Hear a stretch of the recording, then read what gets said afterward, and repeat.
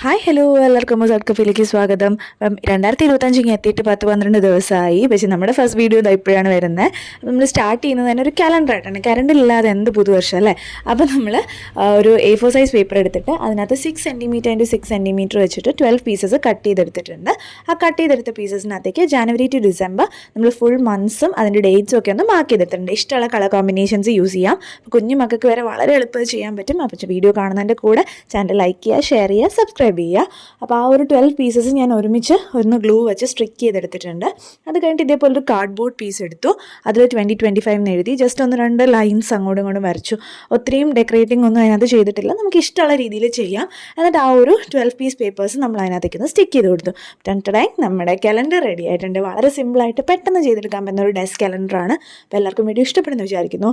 അടുത്ത വീഡിയോ പെട്ടെന്ന് തന്നെ കാണാം. അതുവരേക്കും ബൈ. നിങ്ങൾ ട്രൈ ചെയ്ത് നോക്കുകയാണെങ്കിൽ ഉറപ്പായിട്ടും ഇൻസ്റ്റയിൽ ടാഗ് ചെയ്യണം കേട്ടോ.